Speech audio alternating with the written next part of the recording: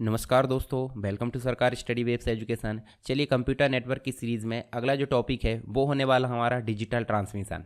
ठीक है, जैसे मैंने बताया था आपको, दो प्रकार के सिग्नल होते हैं या दो प्रकार का डेटा होता है जो कि कंप्यूटर के अंतर्गत हमको देखने को मिलता है। एक तो मिलता है डिजिटल और एक मिलता है एनालॉग। तो एनालॉग को डिजिटल में, डिजिटल को एनालॉग में, ये बदलने की प्रोसेस। दूसरा, डिजिटल को डिजिटल में बदला जाएगा और एनालॉग को एनालॉग में। तो इस प्रकार हमको चार चीज़ों को यहाँ पढ़ना है। उन्हीं चार चीज़ों में सबसे पहली जो चीज़ है वो हमको देखने को मिलती है डिजिटल ट्रांसमिशन। इसके लिए हमको देखिए, हमने दोनों सिग्नल के बारे में पहले बात की है।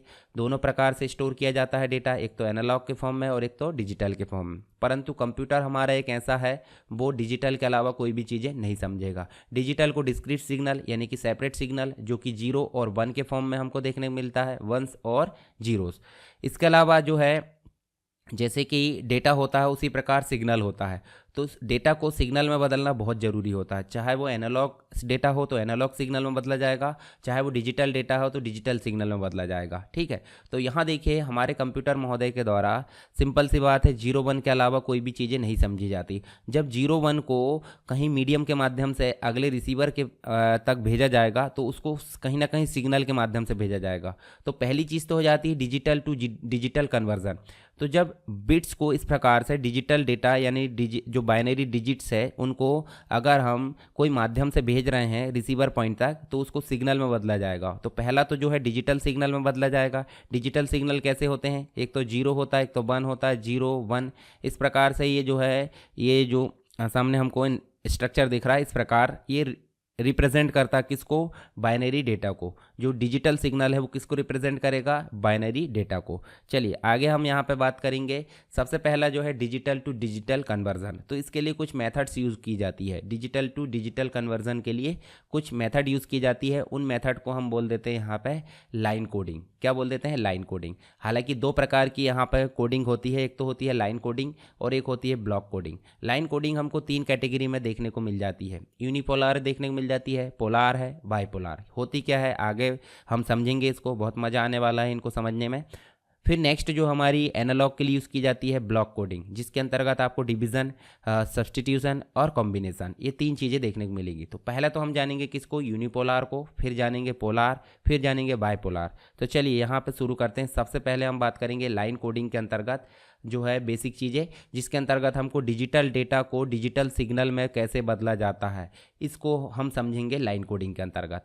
और डिजिटल डेटा जो होता है आपका कैसे होता है? 0 और 1 के फॉर्म में, जैसे आप यहाँ पे देख पा रहे हैं। यानी कि 0 और 1 के फॉर्म में जो डेटा होता है उसको कैसे बदलना है? डिजिटल सिग्नल में। और डिजिटल सिग्नल किसका रिप्रेजेंटेशन होता है?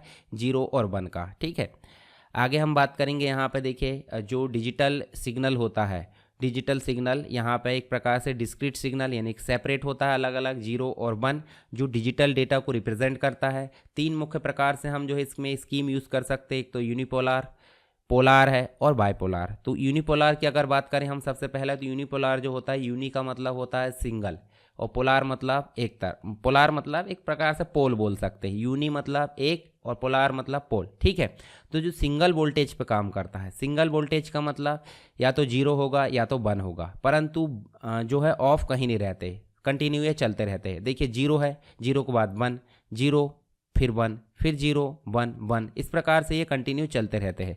ठीक है, तो कंटिन्यू बिना आराम की स्थिति के कारण इसको no rest condition. No rest condition मतलब नॉन रिटर्न 0, यानी कि इसको NRZ भी हम बोल सकते हैं। क्या? यूनिपोलार NRZ। क्यों? क्योंकि नो रिटर्न 0 यानी कि ये कंटिन्यू चल रहा है। कंटिन्यू चल रहा है मतलब बिना आराम की स्थिति यहाँ देखने को मिलती है। या तो 0 होगा नो वोल्टेज की स्थिति में, या तो 1 होगा ये वोल्टेज की स्थिति में। यानी कि वोल्टेज हाई है तो 1 है और वोल्टेज नहीं है तो क्या होगा? 0। तो कंटिन्यू ये चल रहा है। ठीक है, तो इस कारण इसको नो रेस्ट कंडीशन यानी कि ये जो है नॉन रिटर्न 0, नॉन रिटर्न 0 को हम शॉर्ट में क्या बोल देते हैं? NRZ। यूनिपोलार का कंडीशन है ये।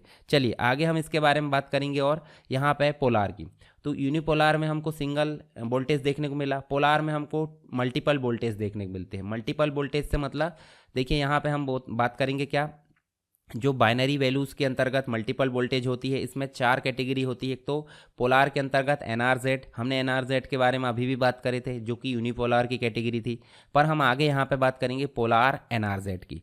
उसके बाद पोलार RZ की बात करेंगे और उसके साथ ही NRZ के अंतर्गत हम देखेंगे दो कैटेगरी होती है, तो यहाँ पे हमको दोनों कैटेगरी से मिलकर आर जेड के साथ दो कैटेगरी मिल जाएगी, तो यहाँ पे मैनचेस्टर बन जाएगा।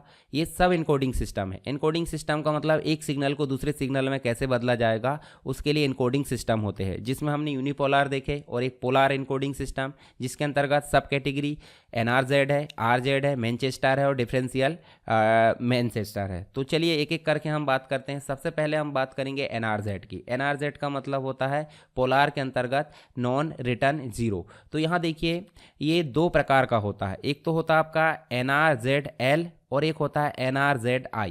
ठीक है, तो यहाँ देखिए आपको वोल्टेज की कैटेगरी में ये जो देखने को मिलेगा क्या 1, और नो वोल्टेज की कैटेगरी में नेगेटिव की कैटेगरी में 0।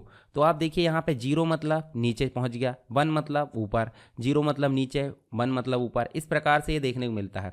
तो यहाँ पे NRZ हम देख रहे हैं। NRZ क्या है? NRZ में जब यहाँ पे डिफरेंट बिट आएगी, डिफरेंट बिट का मतलब 0 के बाद 1 आएगा तो सिग्नल अप हो जाएगा, और 1 के बाद 0 आएगा तो सिग्नल डाउन हो जाएगा, फिर 1 आएगा अप, फिर डाउन, फिर अप।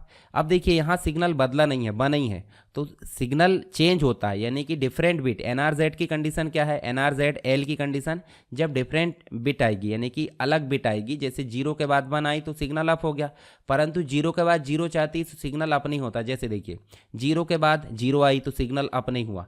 जब डिफरेंट बिट आएगी, यानी कि 0 के बाद 1 आएगी या 1 के बाद 0 आएगी, तभी ये जो है आपका जो सिग्नल है वो चेंज होगा। ठीक है, तो यहाँ पे होता है NRZL।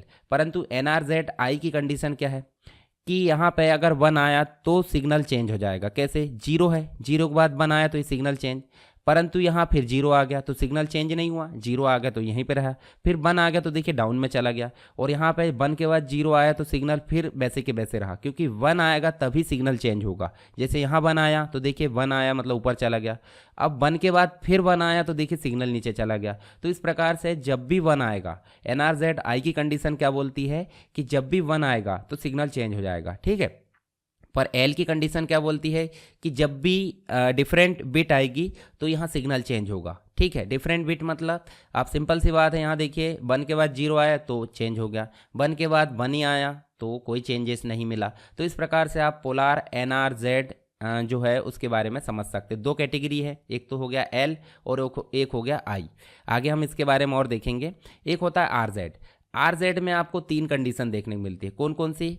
एक तो मिल जाता है आपका देखिए 3 वोल्टेज होते हैं। एक तो मिल जाता है पॉजिटिव, जिसको हम 1 से डिनोट करते हैं, नेगेटिव जिसको 0 से डिनोट करते हैं, और 0 वोल्टेज होता है जो कि किसी भी प्रकार डिनोट नहीं होता। 0 वोल्टेज किसे बोलेंगे? ये वाला जो आपका नेगेटिव वोल्टेज है वो आपका यहाँ पे हो जाता है। ठीक है, इसके अलावा आपका 1 जो होता है आपका टॉप पे हो जाता है। तो इस प्रकार 3 वोल्टेज हमको देखने को मिल जाते हैं किसमें? RZ में।